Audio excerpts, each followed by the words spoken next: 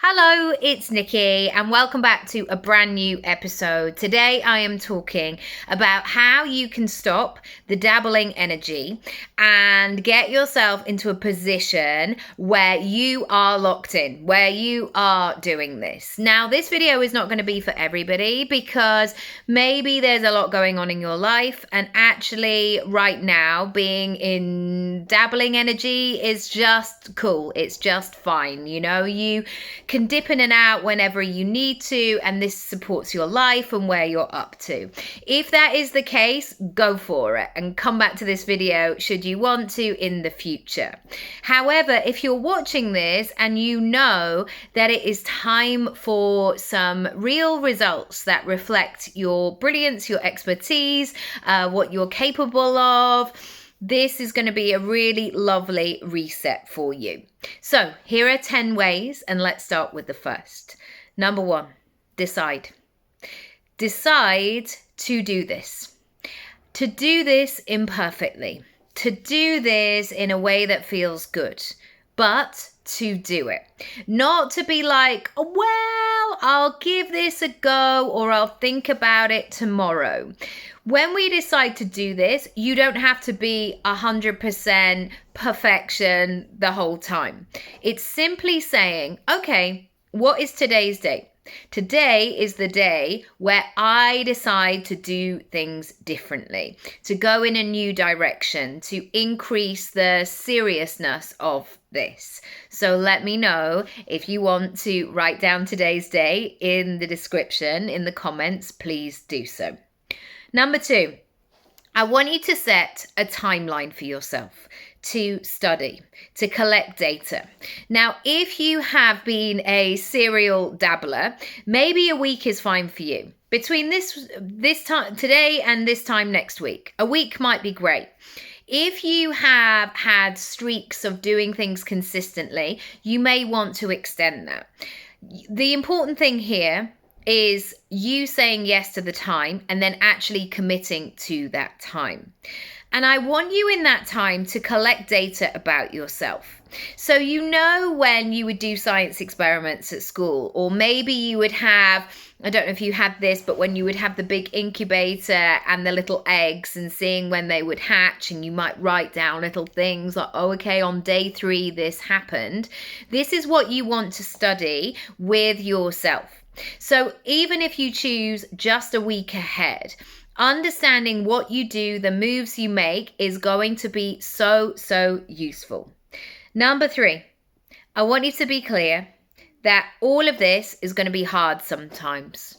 This is not a pessimistic view. This is not to put you off or to convince you otherwise or to make out that you won't be able to do this. I just want to admit it, because most people, when they talk about going for dreams, it's all very lovely. I don't know if you've noticed that. It's like you're going to find that best version of yourself, or it's going to feel so good when you've done it. Even if running a marathon is on your list, there are probably going to be parts of the London Marathon, if you choose to run that one, that are going to hurt. I remember watching my partner do the London Marathon, and he said the first 17 miles were okay, and that's when I was like, oh wow, you are really a natural runner. But at 17 miles he hit a wall. He was not enjoying himself, and the last few miles were really difficult. Let's stop pretending that it's all going to be enjoyable, because it isn't.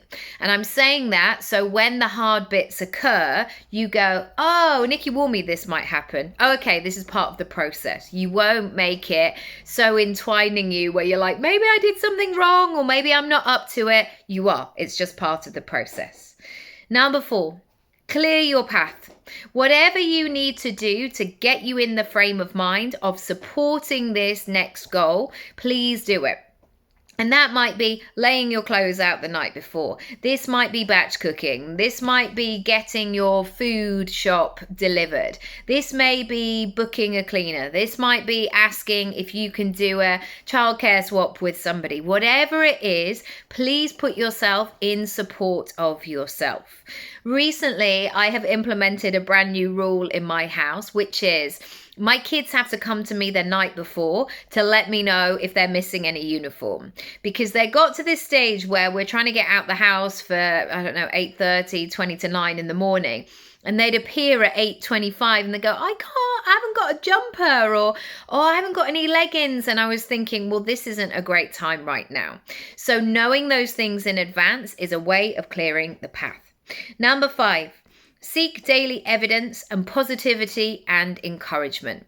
When you are on a new path and you are committed to it, it may be that your friends and your family and your people in your circle may not know anything about it. They may not even believe that it's possible. They may be doubting you. So therefore, you have to change up your vision. Seek it out. Find people who have done it. Listen to podcasts. Watch the video. Read a book. Be inspired. Be in that headspace of possibility.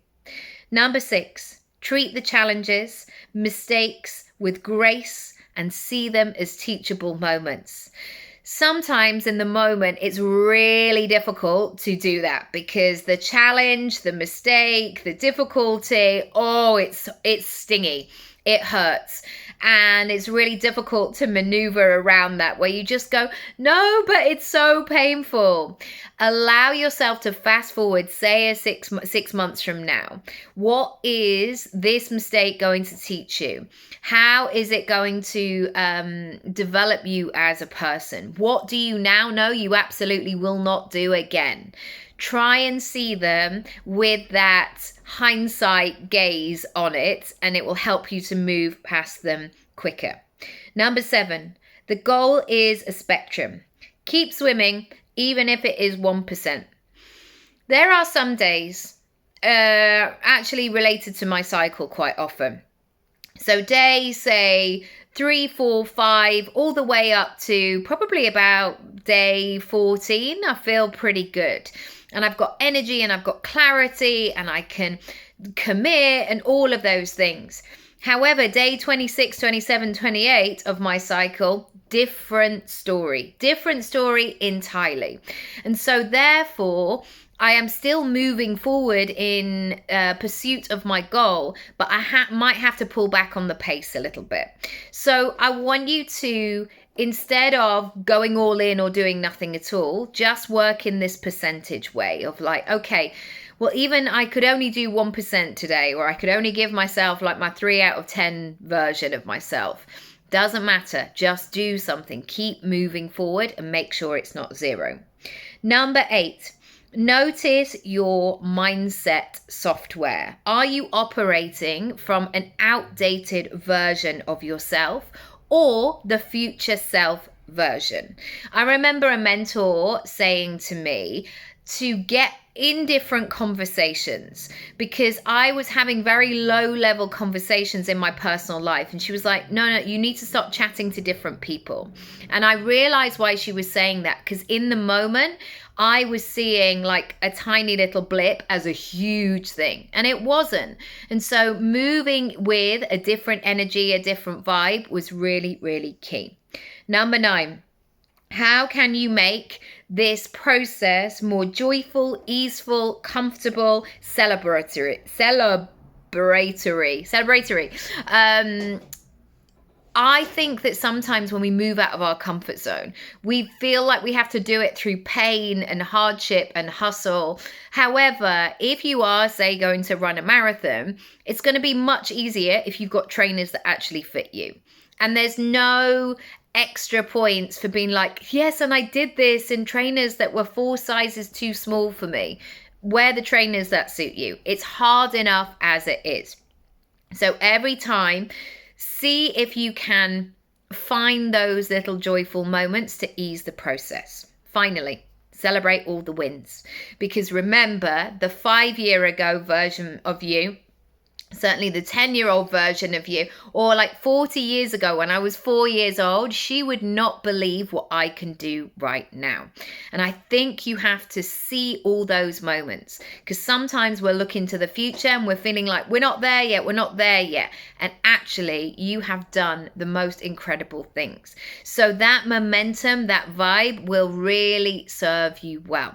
Thank you so much for watching. Do subscribe if you haven't. Do follow along and let me know how you're going to change up that dabbling energy and move into momentum. More in the description. Bye.